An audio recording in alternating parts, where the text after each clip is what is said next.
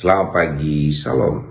Kalau kita perhatikan Tuhan Yesus, dalam setiap langkah dia selalu bicara tentang bahasa iman. Yesus tidak membicarakan fakta yang ada. Waktu dikatakan Lazarus mati, Yesus katakan dia tidur. Dan murid-muridnya ngotot bahwa dia mati. Yesus sudah melihat apa yang akan terjadi. Kenapa dikatakan dia tidur? Karena Yesus akan membangunkan dia, membangkitkan dia. Kalau dilihatnya orang sakit, dia katakan sembuh. Murid-muridnya katakan siapa yang berdosa?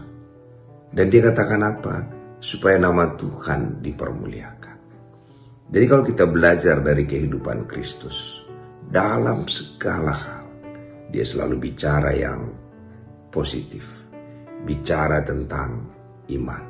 Maka dalam buku Lukas dikatakan Roh Tuhan ada padaku untuk memberitakan kabar baik kepada orang miskin, melepaskan orang yang terikat.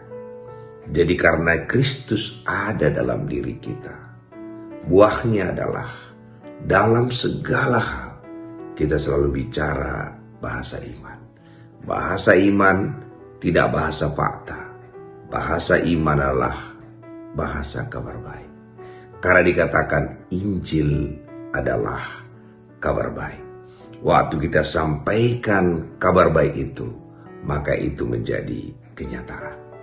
Kita perhatikan Petrus. Petrus bercita-cita. Dan dia katakan apa? Aku lebih mengasihi engkau dari yang lain. Walaupun semua orang meninggalkan engkau, aku tidak akan pernah meninggalkan engkau. Dan waktu Yesus memulihkan dia, Yesus mengembalikan dia kepada impiannya itu. Benarkah engkau mengasihi aku lebih daripada segalanya? Sebenarnya Yesus mengembalikan dia kepada impiannya.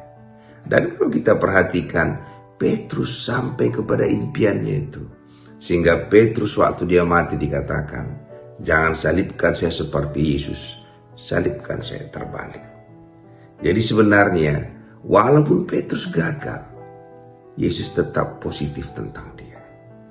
Hari-hari ini, karena Kristus ada dalam diri kita, kita pun perlu melihat orang-orang sekitar kita dengan kacamata iman. Kita perlu melihat dia hidup, kita perlu melihat dia bahwa dia akan sukses, dia akan luar biasa. Sehingga kita nyaman dengan siapapun, karena yang kita lihat adalah hal-hal yang baik yang akan terjadi dalam kehidupannya.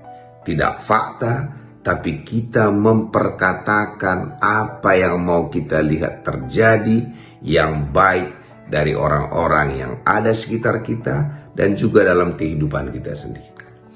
Terpuji nama Tuhan.